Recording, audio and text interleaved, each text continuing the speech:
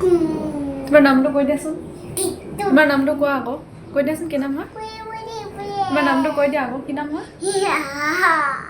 কৈ দিয়া আকৌ ফ্ৰাচেং মো বুঢ়া গোহাঁই কোৱা ফ্ৰাচেং মো কোৱা আকৌ ঘুং আহিছে অঁ হেৰি কি কয় স্বৰবৰ্ণ কেইটা হয় এটা 11টা হয় আৰু ব্যঞ্জন বৰ্ণ 3টা নহয় দেই 41টা আকৌ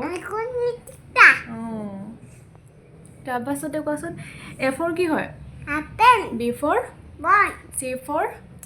D for কি D for কি dog elephant মানে কি হয় fish মানে কি হয় মাছ ক'বা আকৌ তাৰপাছতে পিকক মানে কি হয় ময়ূৰ চৰাই তাৰ পেৰট মানে ভাটৌ চৰাই